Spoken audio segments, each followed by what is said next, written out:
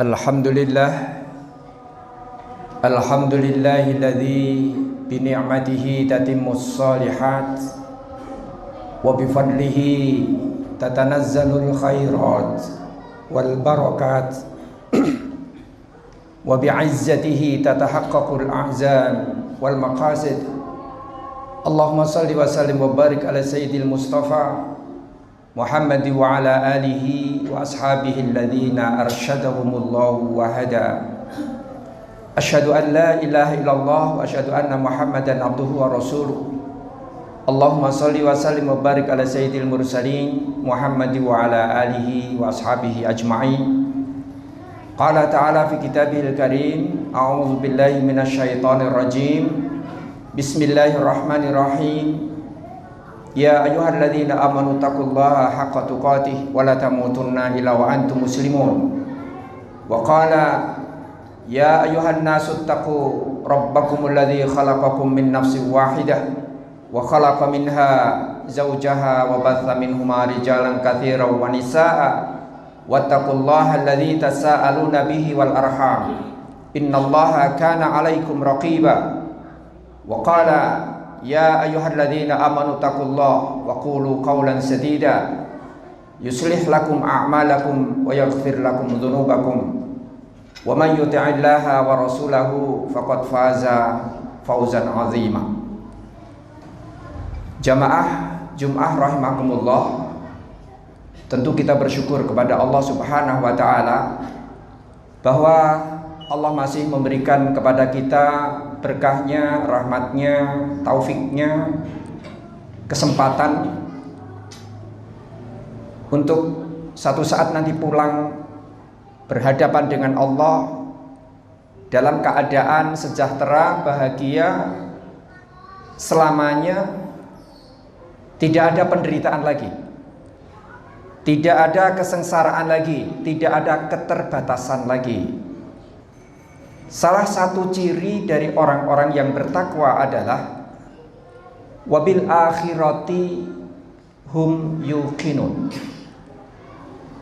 yaitu orang-orang yang yakin benar kepada akhirat, yakin benar kepada surga, yakin benar bahwa kehidupan yang sekarang ini hanyalah kehidupan yang sementara, yang mohon maaf rata-rata kita pusing, mumet, bingung, galau, sedih hanya karena mengusahakan sesuatu yang akan kita tinggal, bukan yang akan dibawa. Oleh karena itu jamaah rahimakumullah, perkenankan pada khutbah pendek ini saya ambilkan dari surah Ar-Ra'd, surat yang nomor 13, ayatnya ayat 19 sampai dengan ayat 24. Di sana Allah Subhanahu wa taala meletakkan ciri-ciri orang yang cerdas.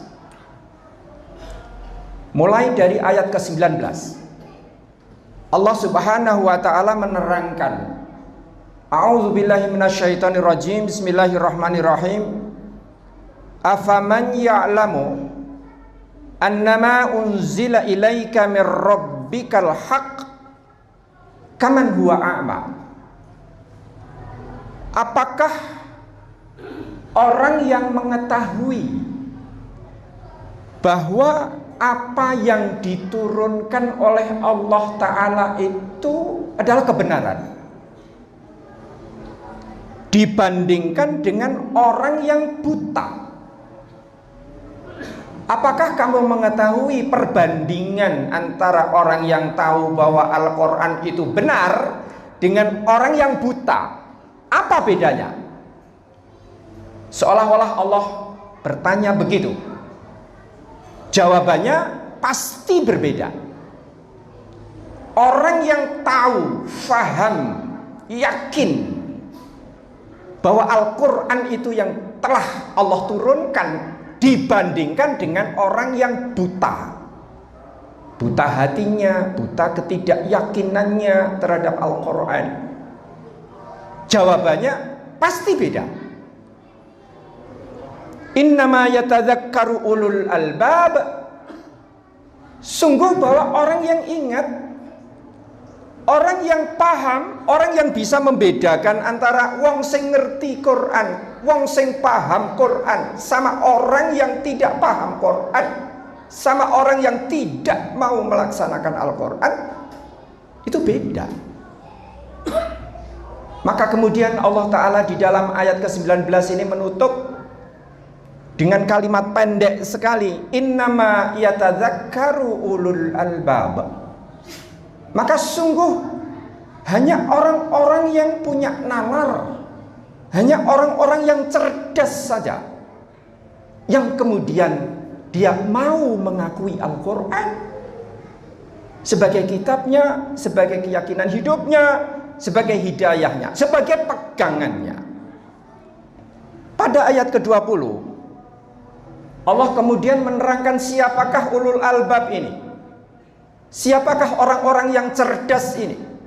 Orang-orang yang cerdas adalah alladzina yufuna bi'ahdillah, yaitu orang-orang yang memenuhi janjinya kepada Allah. Orang-orang yang memenuhi, mematuhi apa yang dia sudah janjikan kepada Allah. Mu'ahadah. Mu'ahadah artinya perjanjian. Perjanjian antara seseorang hamba, perjanjian antara seorang yang beriman dengan Allah Ta'ala. Di mana letak perjanjiannya? Perjanjiannya adalah bahwa orang yang bertakwa, orang yang beriman, tidak ada kata lain terhadap Al-Quran selain sami'na wa ata'na. Kami dengar dan kami taat. Kemudian berikutnya Allah menjelaskan wala yanqudunal mitsaq, dan tidak akan pernah belenjani, tidak akan pernah membatalkan mitsaq, kesepakatan antara dirinya dengan Allah. Pantang dibatalkan, mohon maaf, meskipun harus dibayar mahal. Ada seorang kiai besar, profesor, doktor, kiai haji. Dia katakan bahwa amplop adalah segala-galanya. Semakin tebal amplop, maka semakin sahih dia. Kalau amplop itu tipis, menjadi dhaif. Kalau amplop itu diserahkan kepada, mohon maaf, kepada organisasinya, maka dia katakan sahih li ghairihi. Inilah orang-orang kiai yang bisa dibeli dengan amplop. Oleh karena itu Allah Subhanahu wa ta'ala mengingatkan bahwa orang-orang yang cerdas adalah orang-orang yang pantang terhadap apa? Terhadap iming-iming dunia dalam bentuk apapun. Imannya kuat, ibadahnya teguh, sholatnya bagus, infaknya jalan. Oleh karena itu Allah Subhanahu wa ta'ala pada ayat berikutnya menjelaskan lagi siapa yang disebut dengan orang-orang yang cerdas itu, walladzina yasiluna ma amarallahu bih ayyusholat, yaitu orang-orang yang menyambung sesuatu yang diperintahkan oleh Allah untuk disambung, menyambung sesuatu yang harus disambung. Sahabat Ibnu Abbas menerangkan bahwa apa yang harus disambung itu ada 3. Yang pertama adalah silaturahmi. Yang kedua adalah iman kita kepada Rasulullah Shallallahu Alaihi Wasallam. Kemudian yang ketiga yang harus disambungkan adalah Al-Quran. Jadi ikhwah sekalian jamaah rahimakumullah, inilah ciri-ciri orang-orang yang cerdas tadi, yaitu alladzina yasiluna ma amarallahu bihi ayyusala wa yakhshawna rabbahum wa yakhafuna su'al hisab. Ditambah lagi dengan orang-orang yang takutnya hanya kepada Allah. Kemudian ditambahkan lagi orang-orang yang takut kepada hari hisab. Maka nanti di dalam hadis sahih disebutkan bahwa jarak antara orang-orang miskin yang berhijrah kepada Allah, jarak antara orang-orang miskin yang beriman dan orang-orang yang kaya meskipun dia juga beriman, maka jarak antara masuk surganya, ada hadis yang mengatakan 40 tahun. Satu hadis lagi mengatakan 500 tahun. Jadi lebih dulu orang-orang miskinnya dulu, baru kemudian orang-orang kayanya. Kenapa? Karena orang-orang kaya ini nanti harus menunggu hisab. Kekayaannya akan dihisab dulu. Orang-orang yang fakir, maka mereka tidak mempunyai sesuatu yang dihisab. Inilah orang-orang yang takut kepada apa? Takut kepada hisab Allah Subhanahu wa ta'ala. Barulah yang kemudian terakhir, ciri-ciri orang-orang yang cerdas adalah alladzina sabaru ibtigha'a wajhi rabbihim, yaitu orang-orang yang sabar. Sabar ketika harus mencari wajah Allah. Sabar orang-orang yang visi hidupnya hanya kepada Allah. Sabar orang-orang, yaitu orang-orang yang perjuangannya, ma'isyahnya, hidup dan matinya hanya untuk Allah saja. Ini berat. Ketika diuji anak, ketika diuji orang tua, ketika diuji oleh apa yang dimiliki, kadang-kadang menjadikan kita ini terganggu, keikhlasan kita terganggu. Maka Allah Subhanahu wa ta'ala menegaskan walladzina sabaru ibtigha'a wajhi rabbihim wa aqamus shalah, dan orang-orang yang menegakkan salatnya. Jadi orang-orang yang tegak salatnya adalah anak-anak yang cerdas, orang-orang yang cerdas. Mari jamaah rahimakumullah, rumah kita, rumah tangga kita, mari kita dirikan di setiap rumah tangga kita apa? Rumah sakit iman, rumah sakit jiwa, rumah sakit hati. Jika selama ini kita mendengar ada rumah sakit, biasanya orang langsung berkonotasi kepada sing loro apane jantunge, sing loro apane paru-parunya, yang sakit apanya fisiknya. Itu yang namanya rumah sakit. Maka jamaah rahimakumullah, masjid ini, Al-Furqan ini adalah rumah sakit iman. Banyak saudara-saudara kita yang imannya sakit, banyak saudara-saudara kita yang hatinya sakit, orang yang jiwanya sakit. Mohon maaf, saya tidak mengecilkan rumah sakit. Akan tetapi betapa perhatian kita kepada fisik, kepada blegereng awak, ini jauh lebih besar ketimbang sakitnya jiwa, sakitnya iman, sakitnya hati. Sementara hati yang sakit, iman yang sakit, ini nanti akan dibawa sampai ke akhirat. Fisik yang sakit entek teng donya niki entek. Sak loro laraning donya isih durung sak laraning neraka. Sebahagia-bahagianya orang, sesenang-senangnya orang, masih belum surga. Jadi pada ayat yang berikutnya Allah mengatakan wa aqamus shalah wa anfaqu mimma razaqnahum sirran wa alaniyah wa yadra'una bil hasanati sayyi'ah ulaika lahum uqbad dar. Standarnya ada 4 pada ayat ini. 1, orang-orang yang ikhlas betul karena Allah. 2, orang-orang yang sholatnya bagus. 3, orang yang infaknya rutin. Ora ketang 2000 sehari, ora ketang 1000 sehari. Diserahkan kapan? Diserahkan waktu subuh. Itu waktu yang luar biasa untuk berinfak.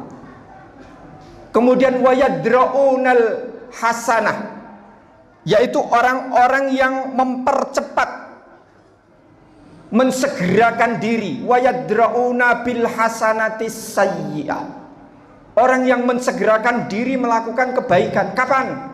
Bareng nglakoni dosa.